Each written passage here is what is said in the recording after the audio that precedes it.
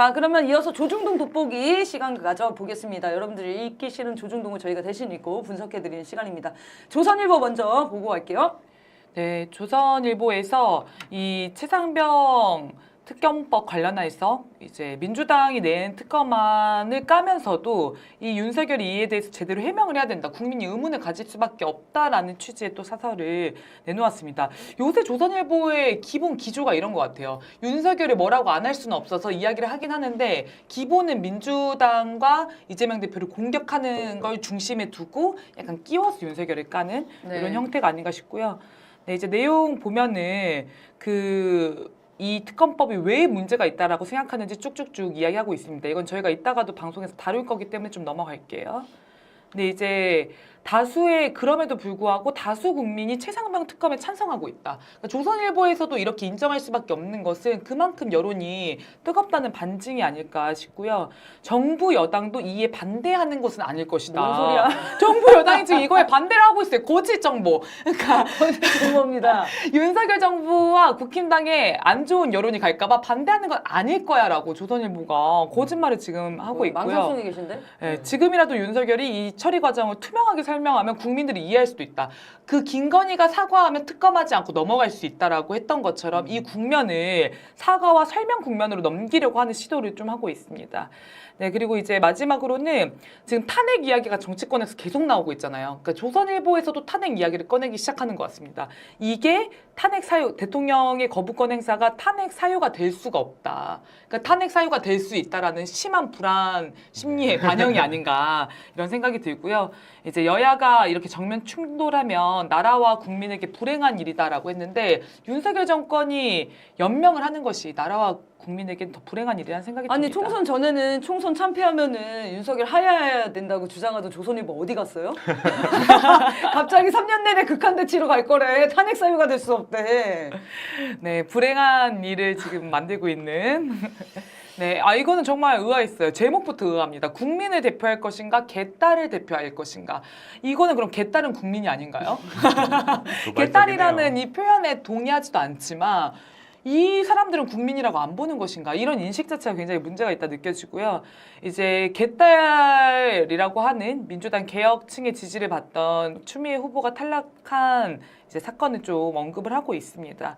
그래서 권리당원 비율을 민주당이 이제 올리겠다. 그 시도위원장을 선출하는데 권리당원의 의사를 더 많이 반영하겠다라고 한 것에 대해서 문제 제기를 하고 있어요. 한번 넘겨주십시오. 그러면서 민심보다 당심이 중요하다면 그렇게 바꾸면 된다. 그렇게 바꾸면 되면 왜 간섭하시죠? 그러니까 앞에 왜 뭐라고 하는 거예요 지금? 방법을 잘 찾았다는 얘기예요? 그래서 뭐지 이렇게 했는데 갑자기 국민 전체의 대의제 기구인 국회의장과 원내대표 선출에까지 이런 입김을 강화하겠다는 것은 대의제 민주주의에 대한 위협이자 민심의 왜곡이 일어날 수 있다. 도저히 이해할 수 없는 이야기를 그런 사람들 합니다. 국힘당은 정강훈 만나서 지지받고 돌아다닙니까? 웃기는 소리네요. 대의라고 하는 게 기본 국민의 뜻을 대신해서 이제 하라는 거잖아요. 그래서 대의가 잘 안 이루어져서 대의제를 압박하는 행위를 하는 건데 이거에 대해서 뭐 위협이다, 왜곡이다 이렇게 표현하는 게 좀 우습다는 생각이 들고요. 이제 마지막으로는 국민을 대표하는 국회의원이 될 거냐, 개딸을 대표하는 정치인이 될 거냐 생각을 해라 민주당이 이렇게 경고를 하면서 마치 민주당이 이런 당원들의 의사를 반영해서 보다 당원들의 의지가 실현되는 정당으로 가는 게 강성 지지층에게 놀아나는 그 강성 지지층에게 고립되는 그런 형국을 갖는 것처럼 조선일보가 또 여론전을 펼치고 있습니다. 아니 정당이 당원들의 뜻을 받들어서 결정을 하는 거를 왜 뭐라고 하시는 거예요? 그럼 어떤 국민들의 얘기를 들어야 돼요? 그리고 자기 당원들의 얘기를 듣는 게 당연한 거 아니에요? 아니 너무 웃긴 게 민주당이 자체로 판단하고 결정할 사안이라고 얘기하고 있어요. 이게 민주당이 뭐라고 하면 난리야. 그러니까 민주당이 조선일보의 체계를 바꾸겠다고 한 게 아니잖아요. 국힘당의 체계를 바꾸는 게 아니라고요. 민주당이 민주당 체계를 보다 그런 민주적인 방향으로 바꾸겠다는데 왜 조선일보가 난리입니까? 좀 있으면 민주주의가 안 좋다는 사설이 나오기 시작할 그러네요. 정면 도전이네요. 지금 민주주의에 대한 민주주의의 본질 자체를 다 부정하는 내용인데요. 지금 저건 네. 심각합니다. 정신분열이 오고 있어요. 자, 그럼 이어서 네, 중앙일보는 조선이 약간 주춤해서 그런지 중앙일보가 갑자기 칼을 빼들고 이판사판 이제 윤석열을 보호하겠다고 뛰어들기 시작했습니다. 네, 그래서 첫 번째는 아마 전기가스 요금 인상을 곧 할 건가 봐요. 그러니까 이런 기사를 썼겠죠. 또 해요? 그래서 정상화해야 된다 이러면서 기사를 썼습니다. 근데 내용이 너무 웃긴데요. 내용에서 이제 전기요금 올려야 되는 거 문재인 때문이다. 그리고 더 열받는 거는 전기가스 요금을 올려야 되는 이유가 에너지 과소비를 저희가 하고 있기 때문이라고 합니다. 아니 뭐만 하면 국민 탓을 하는 그러니까요. 게 이 몸에 밴 것 같아요. 그 덜렁덜렁의 그런 어떤 가치관이 여기까지 오고 있는 것 같아요. 네. 네, 너무 열받아서 갖고 와봤고요. 네, 넘겨주시죠. 네, 두 번째는 그 공수처 수사부터 지켜봐야 된다 하면서 또 적극적으로 최상병 특검 거부한 이 윤석열을 보호하기 위한 사설을 썼는데요. 네.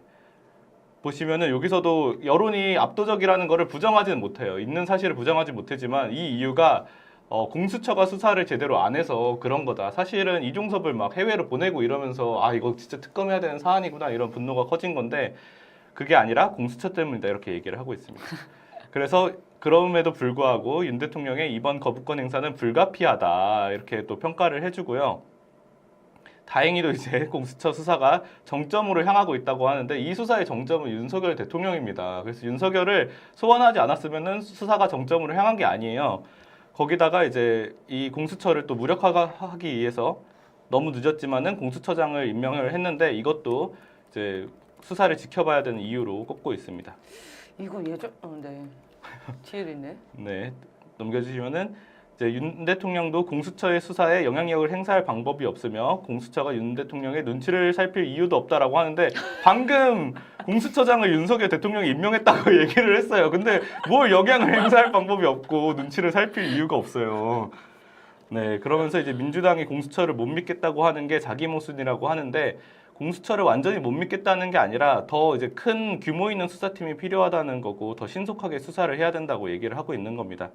그래서 네, 또 여야 모두 동의해야 된다 뭐 이런 얘기를 하면서 네, 특검 도입은 수사 결과가 나오면은 그거를 엄밀하게 평가한 뒤에 논의를 시작해도 늦지 않다라고 하는데 이 얘기를 이 최혜병 유가족분들한테도 할 수 있을지 참 너무 분노스러웠습니다. 중앙일보가 많이 힘들어 보이네요. 네. 글이 몇 줄 연속 글 쓰시는 분들이 좀 힘들어 보여요.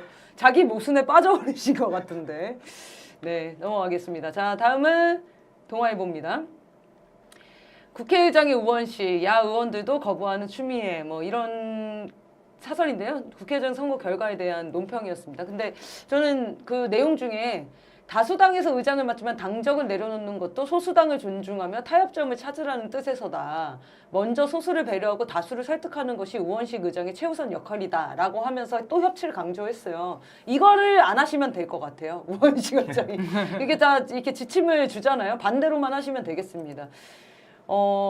먼저 소수를 배려하고 다수를 설득하는 것이 의장의 역할이라는 게 얼마나 웃긴 얘기냐면 본인들이 다수당일 때는 저렇게 얘기 안 하거든요. 민주주의를 싫어하는 게 분명해요. 그러니까요. 네. 소수를 배려한다는 거는 지금 같은 여당 다수죠. 어떻게 보면은 국힘당을 배려하라는 얘기가 아니라 정말 일부 그 계급 계층을 대표하면서 들어오는 진보 정당들을 배려한다는 겁니다. 그 진보 정당들의 방향이나 이거에 대해서 더 토론을 하고 설득하고 이런 거는 좋은 일이에요. 근데 다수를 설득해 나가는 것도 역할이라고 하는 거는 너무 웃긴 얘기인 거예요. 그러면 국회 구성을 왜 국민들이 뽑냐고요. 국민들의 뜻을 정확하게 실현하는 게 국회의장의 뜻인데 자꾸 국힘당 의견을 존중해야 된다 이런 식으로 사설을 절박한 심정으로 내시네. 아 근데 이게 뭔가 숫자로 가지고 배려를 하는 게 아니잖아요. 그러니까 네. 숫자가 적으니까 배려해주고 이러는 게 아니라 그 취지 자체가 사회적인 취약계층, 그다음에 목소리가 많이 반영될 수 없는 여러 집단의 목소리를 많이 반영하고 배려하고 존중하기 위해 노력해야 된다는 취지인데 마치 그냥 숫자가 적으면 소수자인 것처럼 되게 이상한 개념을 혼용해서 쓰는 것 같아요. 그리고 이게 시대가 달라졌어요. 만약에 저런 개념이 맞다면 옛날 시대에는 이제 진보 정당들이 정말 소수로 진출하거나 그런 국민들의 목소리가 반영될 수 있는 구조가 아니었잖아요. 보수 양당 체제였기 때문에. 근데 지금 민주당을 지지하는 대부분의 사람들은 굉장히 개혁적인 사람들이에요. 그리고 본인은 진보라고 생각합니다. 근데 진보정당이 제 몫을 다하지 못하니까 그쪽으로 지지율이 올라가지 않고 일단 국힘당 청산을 위해서 민주당이 몰빵을 해주자. 이런 취지로 다 민주당을 지지하고 있는 거거든요. 그래서 민주당이 제대로 일을 못하고 주저주저 하면은 엄청 날카로운 회초리를 들고 지금 치고 있는 겁니다. 그렇기 때문에 저기서 얘기하는 뭐 다수당을 배려하고 소수당을 배려하고 막 대화하고 협치하고 지금 그 시대가 아니라는 겁니다. 민심이 정확하게 민주당을 통해서 구현되고 있는 거예요. 그리고 국힘당이 청산이 되면 진보정당이 더 성장을 하겠죠. 이런 과정을 지금 거치고 있는 시대의 흐름 자체를 읽지를 못하는 게 아니죠. 모른 척하는 거죠. 자, 넘어가겠습니다. 다음 기사는 변죽 올리는 한동훈의 목격담 정치. 약간도 혼돈에 빠졌어. 이거 한동훈이 칭찬을 해야 되나 욕을 해야 되나 이런 고민이 있으신가 봐요. 그래서 이제 내용이 뭐냐면 한동훈이 도서관 나오고 이거에 대한 이제 비판 같은 글이에요. 선거 결과에 대한 모든 책임을 지겠다며 공식 활동을 중단했던 한 전 위원장의 이런 행보를 놓고 당권 도전을 할 거라고 보고 있다. 한동훈이 실제 어떤 길을 갈지는 알 수 없다. 다만 당의 진로도 흐릿한데 그의 알쏭달쏭한 행보까지 겹쳐 국민은 혼란스럽다. 변죽만 올릴 게 아니라 자신의 생각을 명쾌하게 밝히는 게 국민에 대한 올바른 태도다. 라고 얘기하는 거 보니 한동훈의 출마를 종용하고 있죠. 그래서 국민들이 한동훈을 싫어하는 감정에 대한 얘기는 좀 하면서 요렇게 하는 거 방식은 맞지가 않아. 코칭을 해주고 있거든요. 도서관 가는 식으로 등장하면 안 된다고 이렇게 얘기를 하고 있는데 한동훈이 들을지 모르겠네요.